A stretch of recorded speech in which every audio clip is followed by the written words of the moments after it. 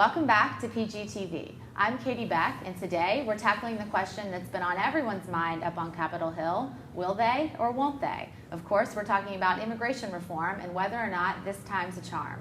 And I'm joined today by two Podesta Group strategists who have been following this issue ever so closely. Please welcome former staff director of the House Republican Judiciary Committee, McLaughlin, and former legal fellow for the Senate Democratic Steering Committee and president of the Hispanic Lobbyists Association, Cristina Antelo. Welcome to you both, and thanks so much for joining us. So let's just start by getting everybody up to speed because there's been a lot to keep up with. Last week we saw in the Senate what some might have deemed the unthinkable, with Republicans and Democrats coming together and signing off on a proposal for reform. So Cristina, just sort of walk us through the latest coming out of the Senate, and when should we expect to see a bill go to the floor, and kind of what are next steps? Sure. Earlier this spring, the infamous Gang of Eight came out with draft legislation. The Gang of Eight has 4 Democrats and 4 Republicans, and they made several compromises with each other and trying to figure out how to get immigration reform done, a comprehensive bill, that is. Republicans obviously were very focused on border security.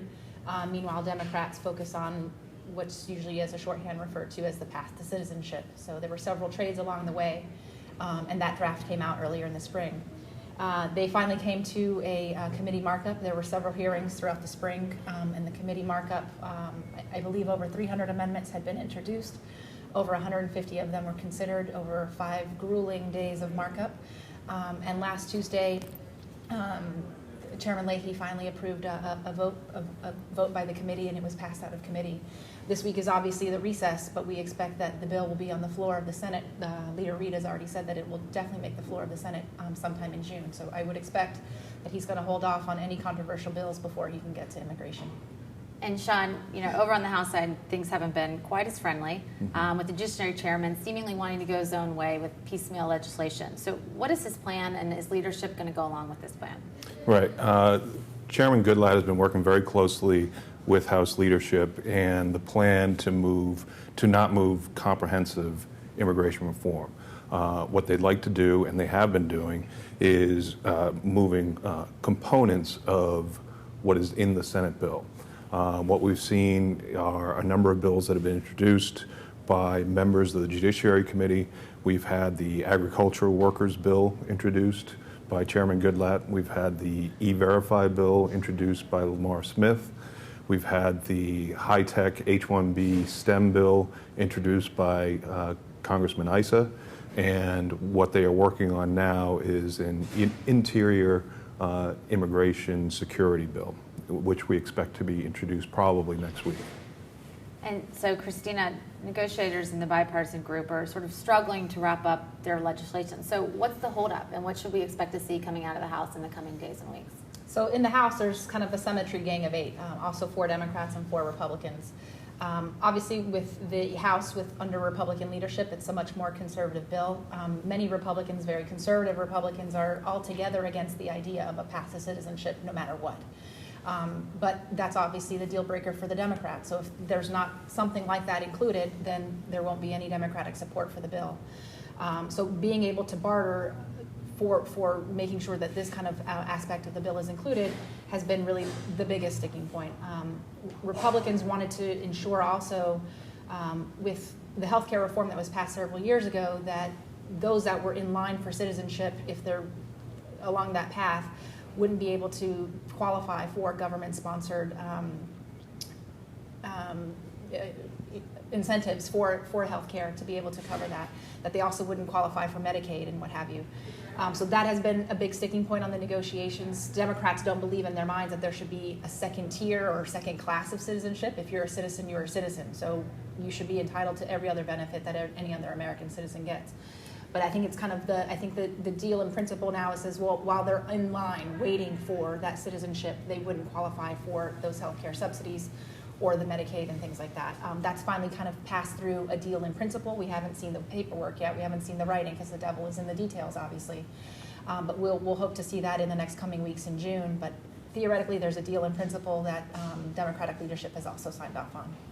And Sean, can you elaborate more on this Gang of Eight and its significance? I mean, how relevant is it to what's going on in the House and the possible outcomes there? Sure. Well, the Senate Gang, there's the difference between the two Gang of Eights is the Senate Gang of Eight really has a more formal role to play in shaping the legislation going forward.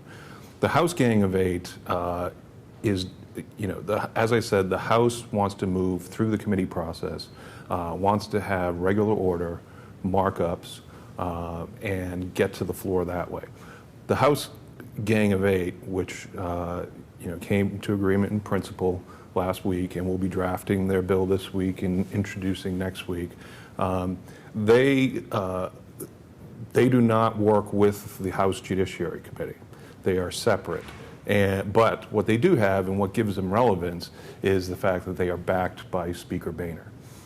Speaker Boehner asked Congressman Sam Johnson to go out and recruit 8 members, which he did, which put together this Gang of 8, and they have been working together to do this bill.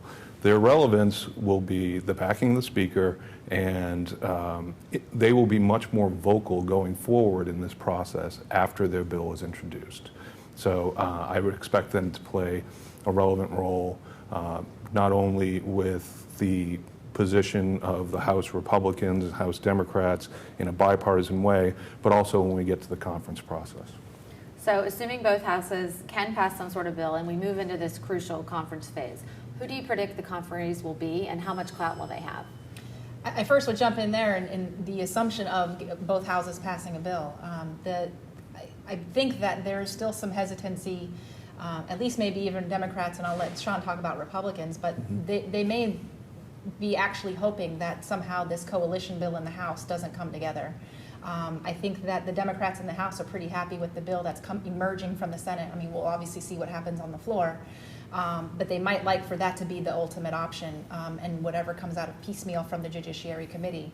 So there are several hurdles and stumbling blocks still ahead for this House coalition theoretical bill that might still drop next week. But we'll see from that. I'll let Sean talk more about kind of what he sees. Well, as far as conferees, I mean, the Speaker will pick the conferees for the House Republicans. I mean, you're going to see the obvious choices are going to be Chairman Goodlatte, Subcommittee on Immigration Chairman Trey Gowdy. You're going to see over on the Democrat side, Zoe Lofgren will probably be one of them. But I also think since the Speaker is backing the Gang of 8, you'll see more of those members being a part of this. You'll also see,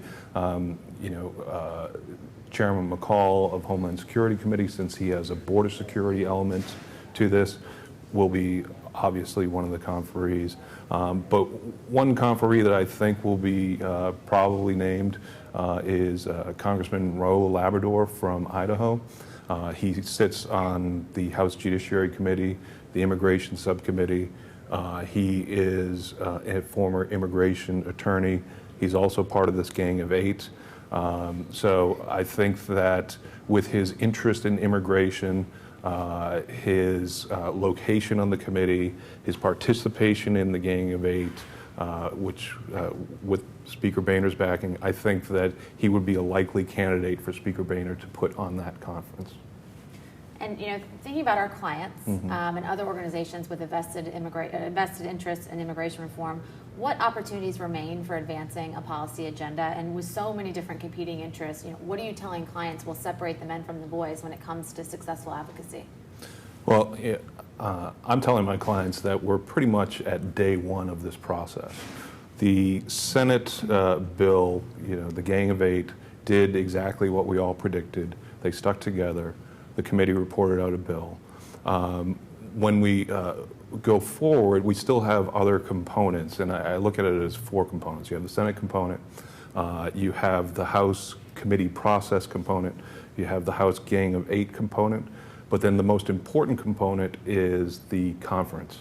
And there is going to be a lot of work to do in the fall when that conference gets together, because as Cristina said, there are a lot of things that will probably not come through the House that need to come through in the end product if there's going to be a comprehensive immigration reform bill, and that is all going to come together in the conference. I also think, I mean, Podesta is uniquely situated on this debate. There are several other firms around town that might be focused on one provision or another. High-tech visas, for example, there are a lot of people very focused on that. And certainly we have some clients who care about H-1B visas, but we also have clients that work on the border security space. We also have a client that is working EB-5 visas, which are foreign investor visas. And in fact, we successfully got an amendment added in the Senate markup just last week. I mean, literally hours before the committee passed the legislation. And so it's great for us because I think we have kind of this diverse view of the legislation, and we have a diverse way to try to get in and influence it on the Senate, on the House, Republicans and Democrats. So I think that, you know, like Sean said, this is the time for clients to get in, and this is the right shop to really kind of make that move. And so you touched on this a little bit earlier, but what are some of the hurdles left to overcome here? And while I know both of you have been in this town long enough to know there really are no certainties, what are your predictions, and how optimistic are you that we're going to see some sort of immigration reform? Well, personally, I think that we are going to see comprehensive immigration reform pass this year. This is the first time since I've been here where in the House, the Speaker, the Minority Leader, in the Senate, the Majority Leader, the Minority Leader, and the President all want comprehensive immigration reform to pass. So that is probably one of the biggest hurdles that we will overcome, which in the past has prevented it from going forward. And I think in the House, you're going to see another breaking of the Hastert rule. There won't be a way to pass this just with Republican votes. Speaker Boehner will have to be able to count on Democratic votes, which means even though most of his caucus will want to keep it as conservative as possible, obviously that won't fly in the Senate. But on the House side, he's going to have to bend a little bit to the Democrats as well. So I expect that a path to citizenship will definitely be included in that, and obviously an increase in border security, however they define that. Okay, well, excellent. Thanks so much to you both. We appreciate your insights. And for more information about immigration reform or other pressing policy developments moving forward, keep your eyes on the PG pipeline.